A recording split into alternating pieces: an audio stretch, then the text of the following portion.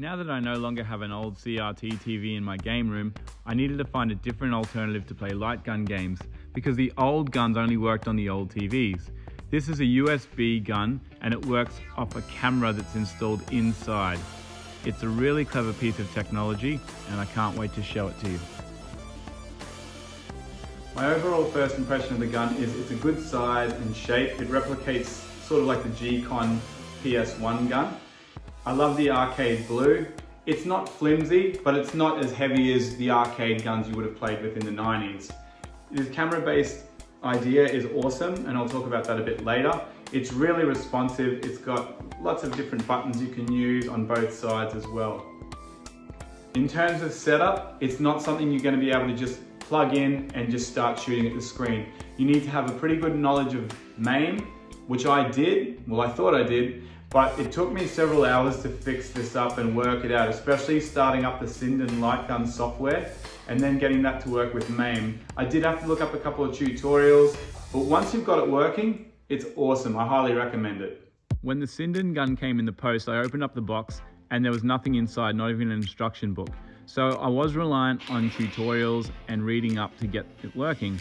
The basic idea is that when you download the software driver, it helps you create this border that goes around your screen. And that's what the gun uses to track where you are. I run my arcade light gun games through MAME and my original Nintendo light gun games through Messen, which I'll show you later on.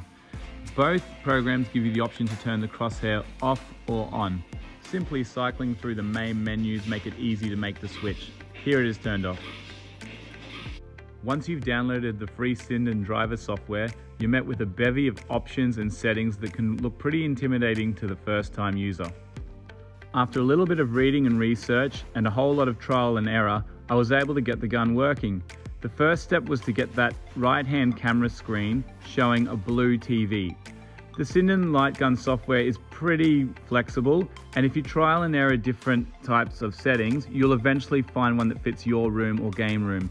Try playing with the exposure, or color, or brightness on the Sinden Light Gun software.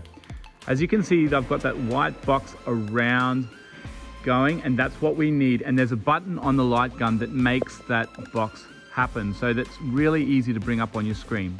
And just like usual with MAME, I just programmed and mapped in the gun as you would a joystick. While you are able to go in and change things like brightness, contrast, and a whole heap of settings manually, I highly recommend going through the software and choosing a border that will suit your setup. They come in different colors, sizes, and thickness, and there will definitely be one that suits your setup.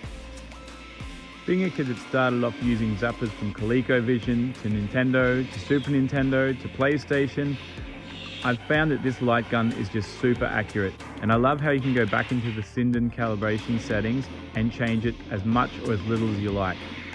So no excuses anymore.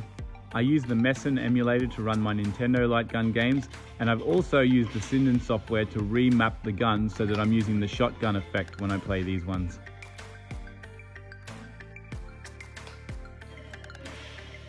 In all honesty, I do miss the look, feel, and click of the original Nest Zapper, which I keep for nostalgic purposes, but this one just does such a great job. If you have any questions or feedback, leave them in the comments section down below.